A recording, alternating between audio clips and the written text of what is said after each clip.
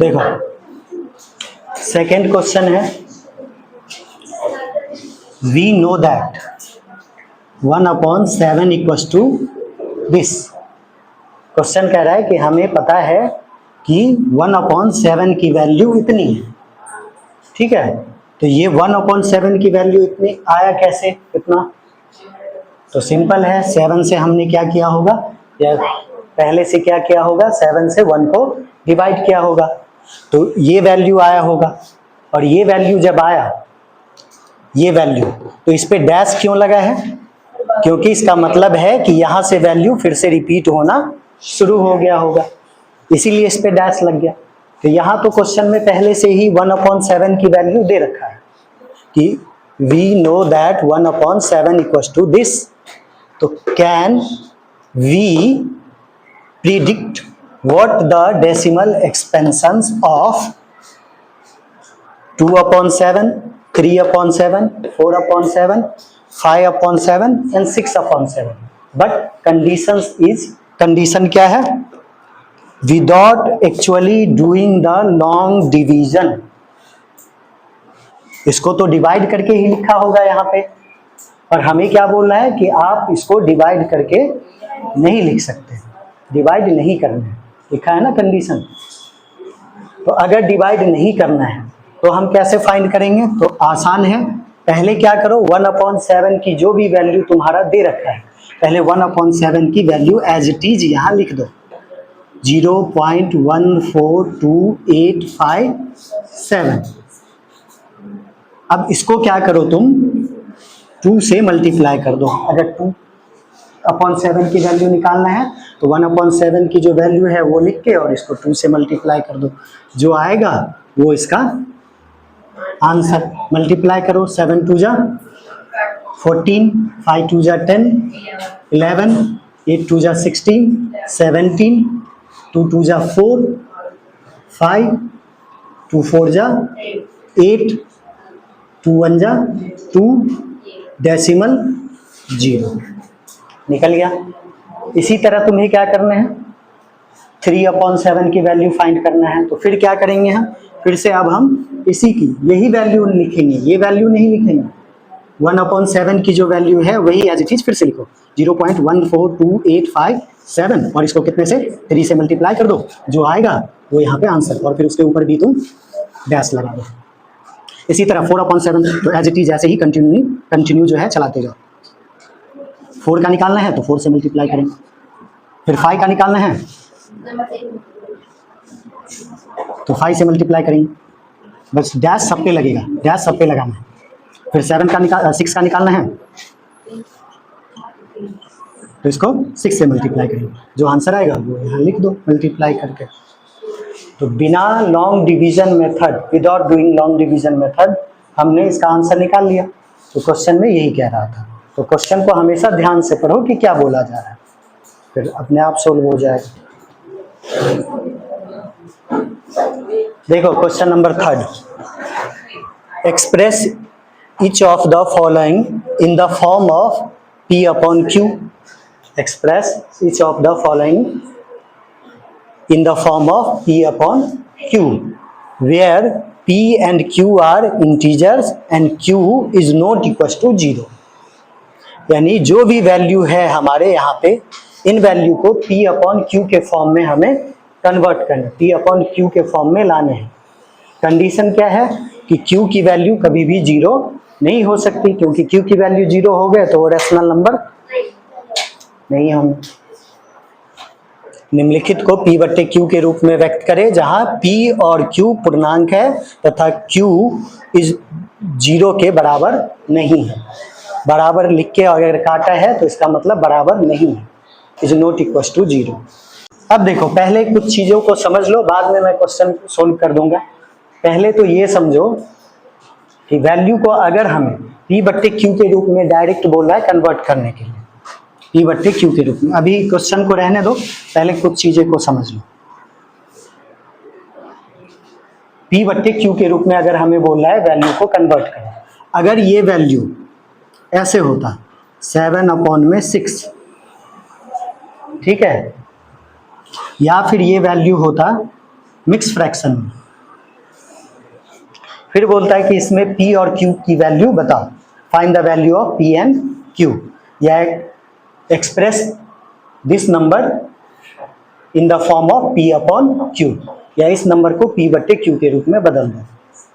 अगर इस तरह के क्वेश्चन होते हैं और फिर इसको p बट्टे q के रूप में बोला जाता है सोल्व करने के लिए, तो वो क्वेश्चन तुम्हारे ज्यादा से ज्यादा 1 नंबर के पूछे जाते हैं। ऑब्जेक्टिव टाइप में क्वेश्चन आता है कि p बट्टे q के रूप में इसको बदलो, या फिर इसमें पूछा जाता है फाइंड द वैल्यू ऑफ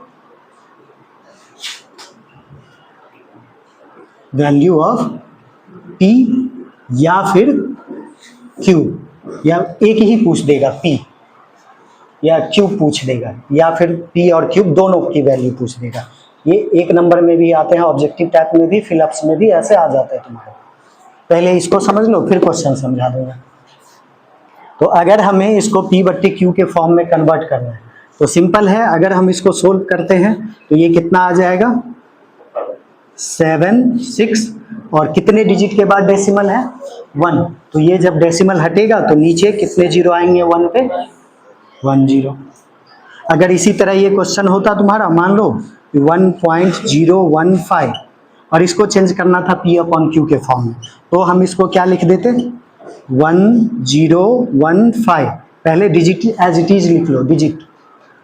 अब कितने डिजिट के बाद डेसिमल है 3 डिजिट के बाद, तो नीचे 1 पे कितने जीरो आ गए 3, यानी p की वैल्यू हो गया 1015 और q की वैल्यू हो गए 1000। इसी तरह p की वैल्यू हो गया यहाँ 76 और q के वैल्यू हो गए तुम्हारे 10। ठीक है,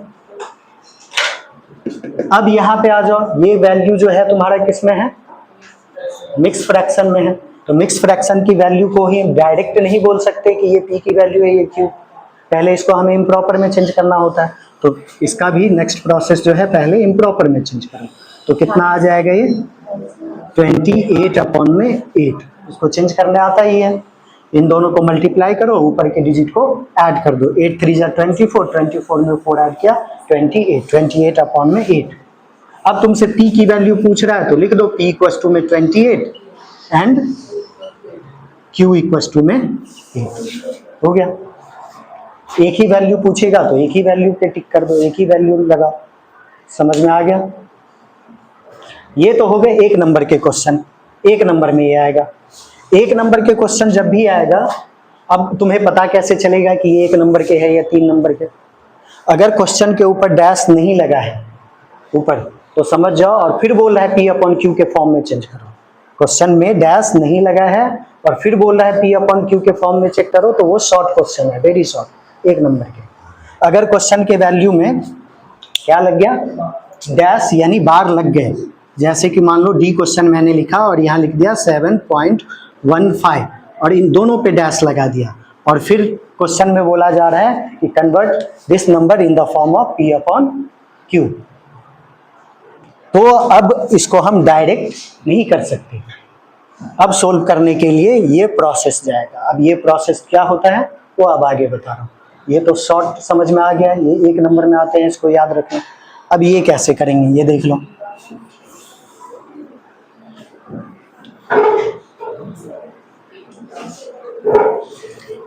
इस तरह के क्वेश्चन को सोल्व करने के लिए तुम्हें सबसे पहले एक चीज और समझ लो जो याद रखने हैं, और वो ये याद रखने हैं कि अगर कोई क्वेश्चन है, मैंने यहां लिखा 2.17 और डैश लगा दिया, यहां पे लिख दिया 3.041, फिर डैश लगा दिया, और फिर लिखा हमने 7.9 और फिर डैश लगा दिया। तो ध्यान क्या रखना है डैश वाले क्वेश्चन में, जिस पे डैश लगा हो, बार लगा हो, और फिर उससे बोला जाए कि p अपॉन q के फॉर्म में चेंज करो। तो सबसे पहले चेक करेंगे कि कितने डिजिट के ऊपर डैश लगा है, और वो पहले माइंड में रख लेंगे। कितने डिजिट पे डैश लगा है फर्स्ट क्वेश्चन में 2 डिजिट पे। तो आगे जाके जब क्वेश्चन का प्रोसेस करेंगे तो आगे जाके इन डिजिट को हमें कितने से मल्टीप्लाई करने पड़ेंगे 100 से। कितने डिजिट पे डैश लगा है 2 डिजिट पे, तो जो मल्टीप्लाई होगा उसमें कितने जीरो आएंगे 2 0। कितने डिजिट पे डैश लगा है? तो जब आगे हम प्रोसेस करेंगे तो उन इक्वेशन को जब मल्टीप्लाई करेंगे तो उस इक्वेशन को कितने से मल्टीप्लाई करेंगे? 1000 से। कितने डिजिट पे डैश है? 1 पे। तो इक्वेशन को कितने से मल्टीप्लाई करना पड़ेगा? 10। इससे ज्यादा तुम्हारे सिलेबस में नहीं है। या तो तुम 10 से मल्टीप्लाई करोगे, या 100 से करोगे, या फिर 1000 से करोगे, उससे आगे नहीं करोगे, उससे ज्यादा नहीं। तो अब आ जाओ, जैसे मैं तुम्हें सोल्व करवा देता हूँ क्वेश्चन नंबर सेकंड क्वेश्चन ज्यादा टाइम आता है एग्जाम में, थोड़ा इंपॉर्टेंट क्वेश्चन है, तो देख लो। सेकंड क्वेश्चन नंबर सेकंड है 0.47 और इसके ऊपर डैश लगा है। तो सिंगल डिजिट पे डैश है, सिंगल डिजिट पे डैश है तो मतलब हम इसको 10 से ही मल्टीप्लाई करेंगे, लेकिन अभी नहीं करेंगे। सबसे पहले जब कुछ दिखाने होते हैं, नंबर को किसी फॉर्म में चेंज करना होता है, या जब हमें कोई नंबर नहीं पता होता, तो सबसे पहले हम क्या करते हैं, कुछ मानते हैं मैथ में। ए से लेके जेड तक का कोई सा भी अल्फाबेटिक नंबर तुम मान सकते हो, लेट कर सकते हो। तो यहाँ भी वही करेंगे। सबसे पहले मानेंगे लेट, माना कि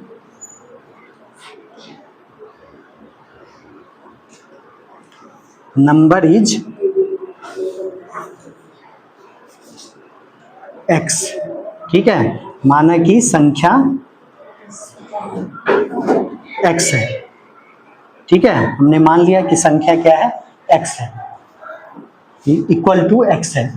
तो ये एक्स किसके इक्वल टू है? एक्स इक्वल है किसके? 0.47 डैश के।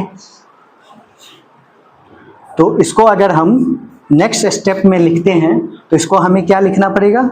0.4, और जिस डिजिट के ऊपर डैश लगा होता, बार लगा होता, उन डिजिट को हम अपनी रिक्वायरमेंट के हिसाब से उतने टाइम रिपीट कर सकते हैं।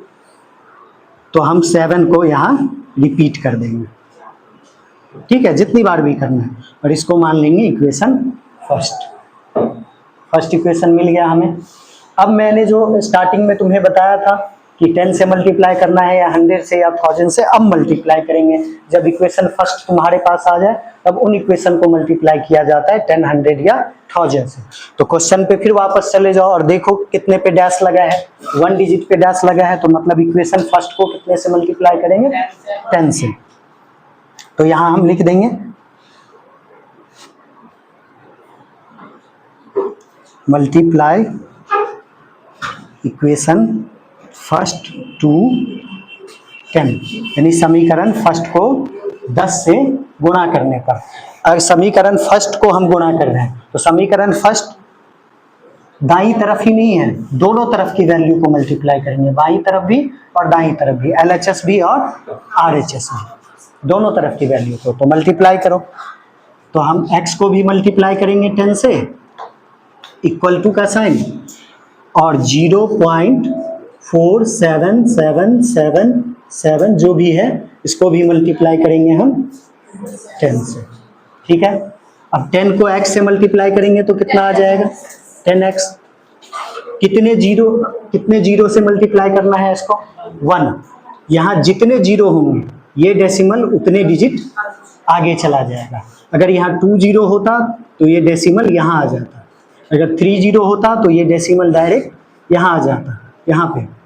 तो 1 0 है तो ये डेसिमल कहाँ आएगा? यहाँ। तो अब इसको हम कैसे लिखेंगे?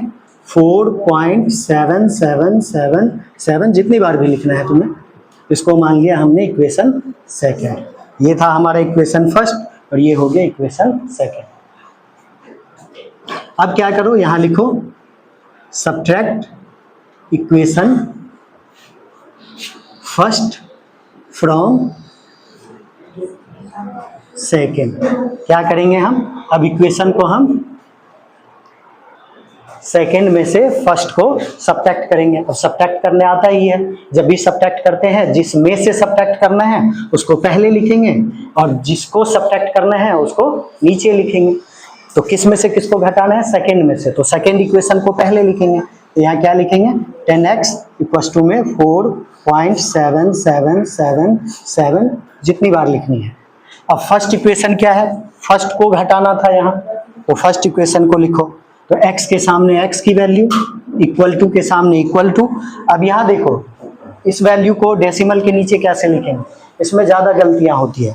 इसको उतारने का नियम है कि डेसिमल के सामने पहले डेसिमल उतारो, डेसिमल के नीचे डेसिमल लिख दो। लिख दिया। डेसिमल से पहले कितने हैं 0, तो इससे पहले क्या लिखोगे डिजिट के नीचे सेम 0। इसके बाद कितने हैं 4, इसके नीचे 4, फिर कितने हैं अब 7 7 7, जितने भी बार है उतनी बार तुम आगे लिख दो। अब तुम्हारे पास कितनी बार है उससे मतलब नहीं है, अब सबके नीचे वो डिजिट आ जाएगा। लाइन ड्रॉ करो, हम सब्ट्रैक्ट कर रहे हैं तो साइन किसका आएगा माइनस का।